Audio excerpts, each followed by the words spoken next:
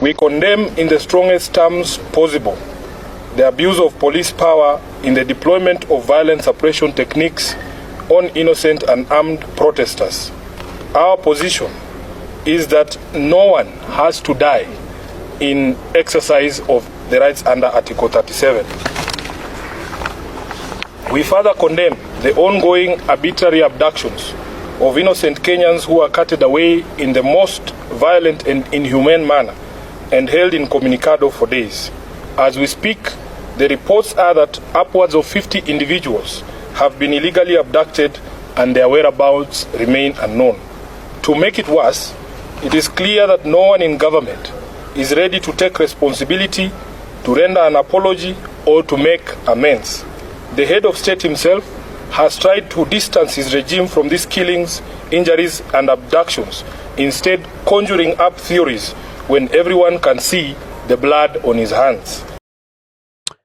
Well, the events are leading to this statement by Edwin Sifuna, the Nairobi County Senator and also the Secretary General for ODM Party, is nothing other than a choreographed dance that is, at least according to me, it was already premeditated. You see, for someone who is new in politics, these words could be said by anybody else. But the question is, how true are these words?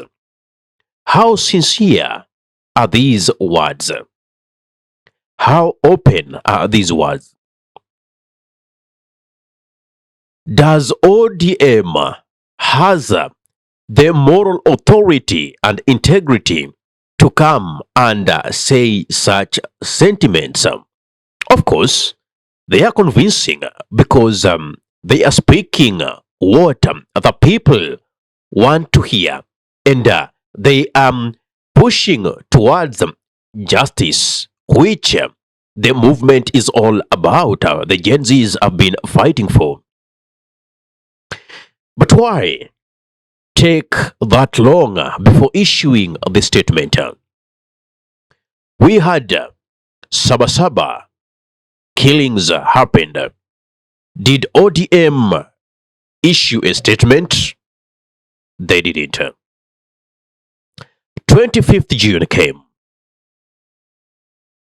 There was a commemoration of the fallen soldiers who died by the police bullets as a cause of extrajudicial killings, state-sanctioned abductions. Did ODM convene a presser for this? No, it didn't happen. Why now? You know, personally, I always look into what is not read. Personally, I always look into the non-verbal cues, the things that are not said. At least what has been said, we know it. But what is the hidden agenda of ODM coming weeks after whatever happened? That is why every day I do say that the ODM party is having one foot inside the government and one foot outside the government. And the foot that is outside the government is Sifuna. It is Sifuna who is being used to talk with that courage. I mean, for you to see Sifuna saying things that, otherwise would be in loggerheads with the party topmost organs. It is not just coming out of the blues. That is something that they have already planned. Like you see, the ODM realized they are losing the popularity of the people so fast, and they had to come up with a strategy. So whatever you are seeing is nothing other than the strategy that ODM as a party is using to make sure that they maintain their relevance. And that is why even the other day you could see leaders who had already started aligning themselves with volitions or grievances that also the DCP party is fighting for. The likes of I'm just forgetting the name, yeah. But in the course that I remember, I'll bring it up. Yeah, Kalebamisi, that is the name. You know, lately he now even came and said, Gachagua, I voted for your impeachment so that you could come and make sure that you take Ruto out of a presidency. But again, he now comes and says it is them, the ODM, that shall be giving direction to Western Kenya, like kind of a double speaker. And let me tell you, nothing Sifuna speaks is just about himself.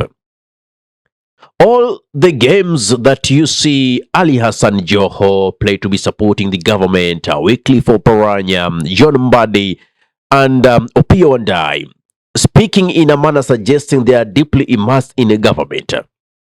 And on the other side, the same ODM members, and one of them being Sifuna, trying to bash whatever they are doing, is nothing other than a gameplay that has been well planned. Oh, how honest are you in terms of seeking for justice for the victims of extrajudicial killings? As we speak, we haven't heard that Raila Amolo Odinga has walked out of the MOU that they signed with William Samoei Ruto, which still indicates these are people who still enjoy state goodies. Instead of coming to a presser and speaking this way, Raila Amolo Odinga is someone who meets or could meet regularly with President William Samoei Ruto and, develop ways and get a means to bringing these extrajudicial killings to an end, state-sanctioned abductions to an end, because it is something that President William Samoei Ruto is privy to as much as Raila Amolo Odinga is. They could sit over a cup of tea, as Gachagua says, and have all these put to an end. After all, he is the commander-in-chief of the armed forces. But here comes the pressure. After Sifuna had a fiery interview with Yvonne Okwara in Citizen TV, whereby he says he is confused and ODM is confused because today he says this and the topmost other organs of the party say something else. So it is difficult to say where ODM stands in. After that, there is a meeting the same day. Was it an emergency? If you ask me, I'll tell you it was not an emergency.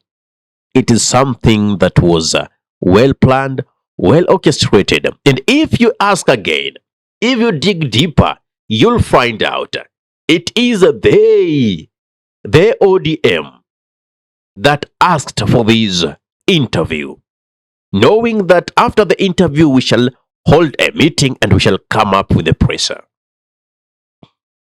This is basically trying to win back the popularity that they as a party and mostly him, Raila Amolo Odinga, has lost. So if you don't read between the lines, you will be easily swayed to believe that now the ODM has gotten back to their senses and now they are fighting and championing for the rights of the people. They have just realized that greed is not good, it's a vice, and they need to stand by their principles. Nelson Mandela once said, I'll paraphrase, not quite exactly, that if your principles change according to the need of that specific time, then that is not a principle. You are not principled. We see ODM and its leadership change their principles according to priorities, which again is very dangerous. And trust me, most of you will be convinced by this statement that Sifuna has just read. Kenyans, be very careful before you support these parties. Right now, you're singing Sifuna, Sifuna, Sifuna. Let me tell you, this person is deeply immersed in the system. They know what they are doing. They are one and the same.